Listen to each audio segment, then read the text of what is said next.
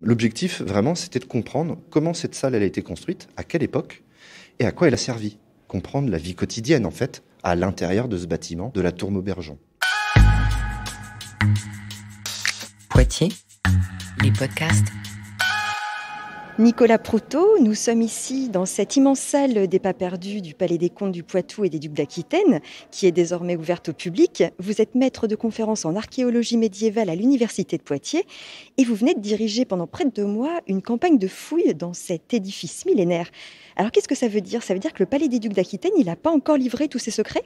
Non, loin de là, et nous ne sommes qu'au début d'un vaste programme de recherche.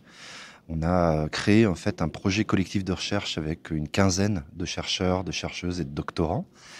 Et ce projet, il a pour objectif d'étudier le palais de Poitiers et son quartier, des origines, donc de l'Antiquité, à nos jours. Et adossé à ce projet collectif de recherche, eh bien, nous menons une fouille programmée qui va se dérouler chaque année pendant 3 ans et évidemment bien au-delà. Dans quelle partie du palais est-ce que vous avez mené ces fouilles pendant 2 mois ? Alors, notre programme de recherche, notre programme triennal, il se base essentiellement pour l'instant sur l'étude de la tour Maubergeon, intérieur-extérieur, et du corps de logis. Donc, ces 2 bâtiments qui n'ont jamais été étudiés. Nous, on va travailler à la fois dans le sol, en réalisant des fouilles archéologiques, mais on va aussi s'intéresser aux bâtis, aux élévations. C'est-à-dire qu'on va réaliser en fait des études architecturales qui vont permettre de restituer la chronologie, en fait, l'évolution de ces bâtiments dans le temps. Donc c'est pas simplement gratter le sol, c'est aussi, entre guillemets, s'intéresser aux murs. Vous m'emmenez ? On y va. Alors ici, nous sommes arrivés en fait dans le sous-sol de la tour Maubergeon, des sous-sols d'une résidence princière. Donc l'objectif, nous, c'était de comprendre en fait l'évolution de ce bâtiment. Et puis surtout, la grande découverte de ces fouilles, c'est en fait la découverte de plusieurs états de construction avant le grand programme de Jean de Berry à la fin du XIVe siècle. Et cet endroit, c'est une salle rectangulaire qui fait à peu près 15 mètres sur 12, dans lequel eh bien, on voit des maçonneries avec des moellons, des pierres de taille qui sont liées avec des mortiers de différentes couleurs. On a aussi des piliers, la salle elle est voûtée en berceau, c'est une voûte assez majestueuse. Et puis surtout, c'est une salle qui a servi en fait certainement à stocker des aliments, à préparer peut-être aussi des objets. Mais on a peut-être des activités artisanales qui se sont déroulées dans cet espace. Donc l'objectif vraiment, c'était de comprendre comment cette salle elle a été construite, à quelle époque et à quoi elle a servi. Comprendre la vie quotidienne en fait à l'intérieur de ce bâtiment de la tour Maubergeon. Est-ce que vous avez trouvé des objets ou des fragments d'objets ici ? Alors, on a trouvé effectivement beaucoup d'objets. On a trouvé des tessons de céramique. Si vous regardez dans la coupe, il y en a qui sont encore conservés. On a des morceaux de vases, de récipients, d'assiettes, de pichets, de gobelets, qui datent plutôt de la fin du Moyen-Âge. On a retrouvé évidemment aussi des restes animaux, des restes osseux, de la faune, donc, de ce qu'on appelle aussi de la microfaune, c'est-à-dire des arêtes de poissons, des esquilles d'os. Tout ça correspond en fait au dépotoir, c'est-à-dire ce sont des restes consommés à la table dans les étages au-dessus. Et donc on va jeter en fait ces restes des repas dans de la terre et on va créer ainsi bien des fosses dépotoirs ou des couches dépotoirs. Et nous, ça nous intéresse évidemment énormément puisqu'on va savoir un petit peu mieux ce que mangeaient en fait les gens au XIVe et au XVe siècle. Donc on a trouvé aussi des fragments de verre, des objets en métal ou des objets en os. On a trouvé par exemple des dés à jouer. Et donc tout ça, ça va documenter en fait la vie quotidienne des élites à l'intérieur du palais.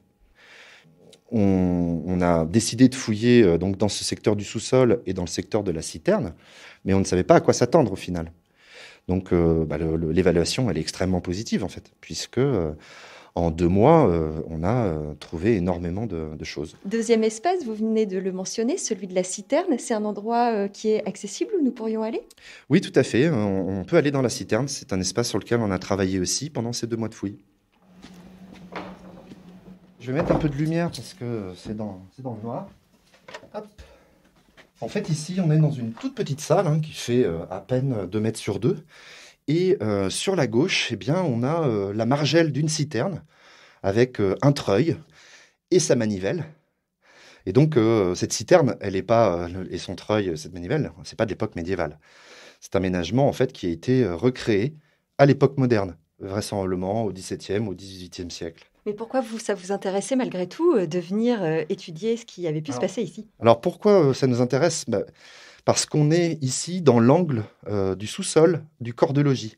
Et cet espace de citerne, eh bien, il est extrêmement stratégique, puisque au départ, en fouille, on a vu qu'il y avait un linteau, le linteau d'une porte, et on s'est rendu compte que cette porte, eh bien, elle fonctionne avec le sous-sol du corps de logis. On a peut-être affaire en fait à une connexion avec un espace de cuisine, avec des cheminées, avec des tables pour préparer les repas. Et évidemment, d'un point de vue très logique, il faut un accès à l'eau.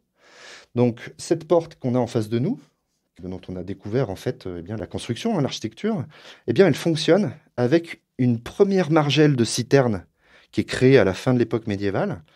Et à un moment, en fait, on va clôturer cette porte, on va surélever, en fait, remblayer cette petite salle et réinstaller un conduit, surélever le conduit de la citerne. Et en dessous de ce conduit, ça donne accès à une salle voûtée qui fait à peu près 6 mètres de longueur sur 4 de largeur.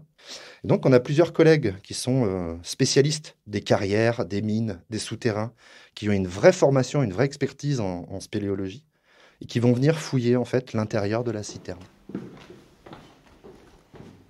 On vient d'arriver salle Jeanne d'Arc, au rez-de-chaussée de la tour Maubergeon. C'est un endroit qui vous intéressait aussi durant ces 2 mois de recherche. Oui, tout à fait. C'est un endroit qui nous intéresse beaucoup puisque là, on est au-dessus du sous-sol qu'on vient de visiter. Et dès l'année prochaine, nous, on va en fait réaliser l'étude du bâti, des élévations intérieures et extérieures de ce monument. Alors, ce monument, il a une place majeure dans le paysage architectural du centre-ville de Poitiers. On sait désormais qu'il y avait déjà une première tour au XIe ou au XIIe siècle. Et puis aujourd'hui, on voit surtout le programme phénoménal, le programme majeur qui est mis en place par Jean de Berry à la fin du XIVe siècle.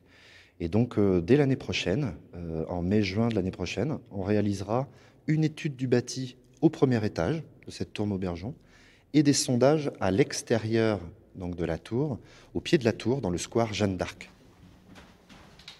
Poitiers, les podcasts.